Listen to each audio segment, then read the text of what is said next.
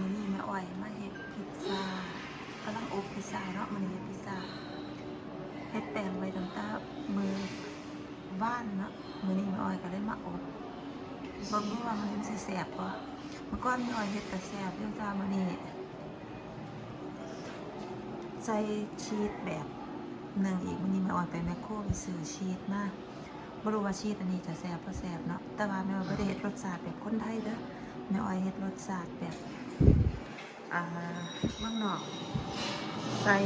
เห็ดแชมปิญองแล้วก็ใส่ชีสมอสซาเรลล่าเนาะจะบ่ใส่พวกมะเขือเทศหวานหรือว่าอย่างที่มันออกมากับพิซซ่าบางทีจะเป็นหวานเนาะแต่อันนี้มันจะไม่หวานรสชาติจะเป็น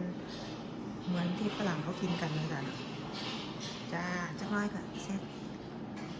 มาดูกันทีว่ามันจะเป็นยังไงหน้าตา